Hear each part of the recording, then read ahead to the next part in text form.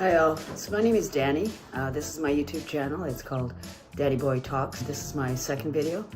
So if you haven't checked out the first one, go check it out. I give a kind of synopsis of why I'm creating this channel. For today's video, I thought I would introduce myself just in terms of giving a little bit of my personal history and how I came to come out at the age of 56 as trans. Just my whole entire journey, where I came from, my struggles, and how I got over them, and the joy that I now have in my life from coming out as trans. Of course, it was a struggle, but it is so worth it, and it's never, ever too late to come out as trans. Anyways, with that, here we go. I thought I would start by giving a little bit of my background. So I am a 60-year-old trans man from Canada. And just in terms of knowing when I was trans, I have always known. I didn't obviously have that language when I was very young. I thought I was a boy, and that's how I thought about myself. And that was very much how I thought I was seen. Like, I 100% thought I was seen as a boy. I never questioned it. It never crossed my mind that I wasn't seen as a boy. I think in my family, I was the youngest of 8. So by the time I came around, my parents were like, yeah, whatever you want, knock yourself out. Other circumstances were playing out as well. But they were just like, yeah, just be you. I didn't bump into the whole gender, you're this, not that kind of deal until I went to kindergarten. Literally the first day of kindergarten, I remember it like it was yesterday. I made a beeline for the boys' toys, and my teacher literally immediately came over, physically picked me up, and told me in no uncertain terms, these are boys' toys and I do not play with boys' toys. Brought me over to the girls' toys and made it very, very clear that I was to play with girls' toys. So it was just an instant school in shame, and it worked like a charm. I became acutely aware all of a sudden of gender, as much as I could as a 5-year-old, but still, when you get scolded like that as a child, you figure out pretty quickly, okay, what did I do wrong? And you take it on. So anyways, that's where the shame started. Yay. And I don't know what kind of carnage I inflicted in a past life to deserve it.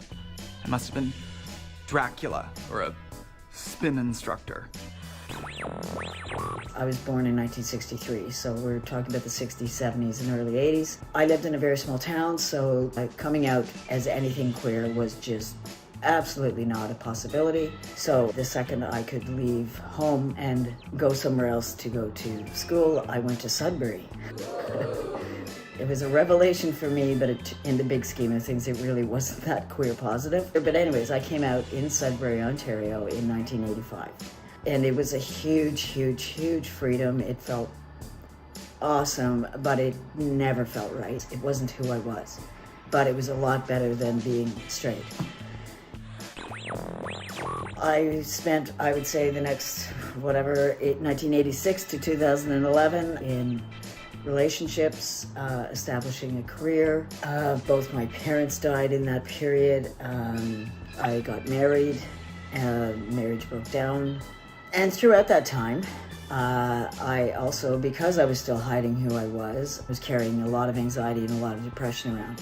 I've done a lot of work on this. I know it was directly related to the shame and the hiding that I just coincides with when you're trans and you have to hide that you're trans. Until I actually did come out as trans, I never really felt safe to do that. I never really thought I would be able to do it. It just felt so daunting and so like what I would have to ask of people and whatever. It just felt daunting, and I didn't think I would be able to ever do it.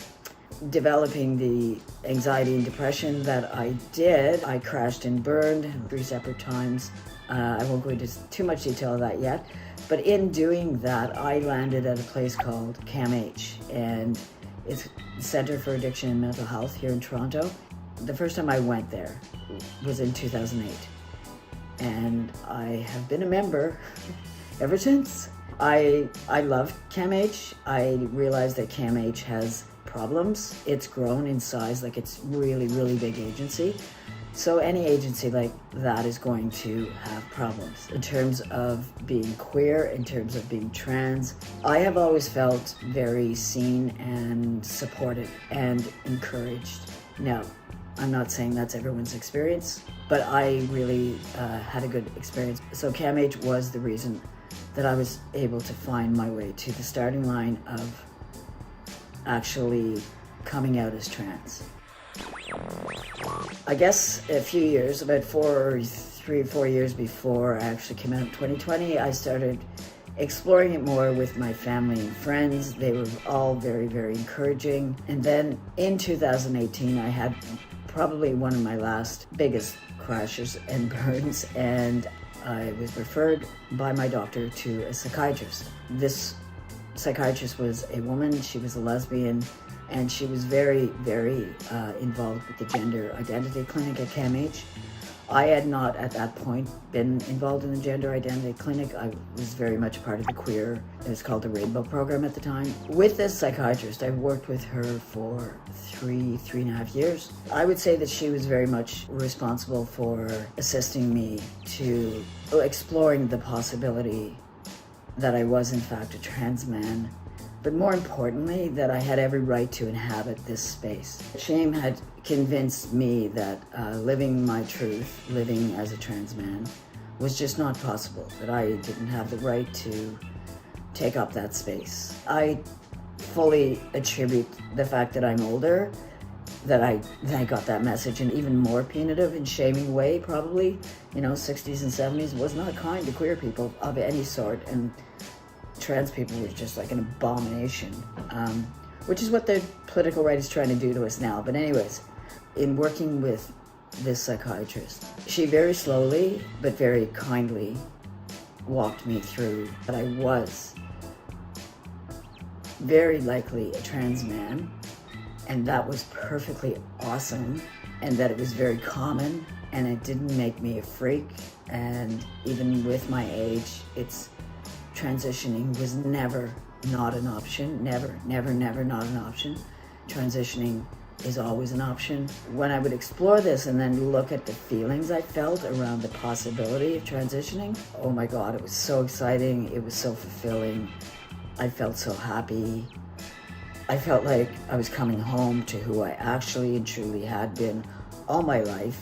We went through, obviously, the psychological aspects, but I think more importantly, we just walked through the practical parts of this, that it was really okay to ask people to refer to me as a different name. It was really okay to ask people to refer to me as a different gender.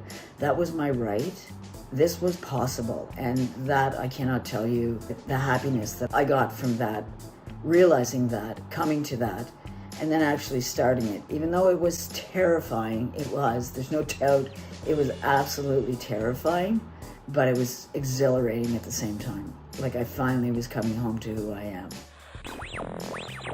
Okay, so just for a timeline update and to transition to the next video, I am almost 4 years into transitioning. As you can see, I have facial hair and it has become darker. That didn't happen until the past May. I've had top surgery, my voice has lowered, and those are just the highlights. But I will, in my next video, we'll go into a lot more detail about what happens while taking testosterone and just what our expectations should be, because mine were completely out of whack and I got very frustrated. So I'm hoping to help people with that so you don't get frustrated and you know what to expect. Anyways, if you are enjoying this, if you like what you're seeing and hearing, please like and subscribe. And if you have any questions, please leave them. I would be very happy to answer questions, to have dialogue. That would be awesome. Okay, so come back for the next video where we're going to discuss taking testosterone and what to expect. Okay, thank you.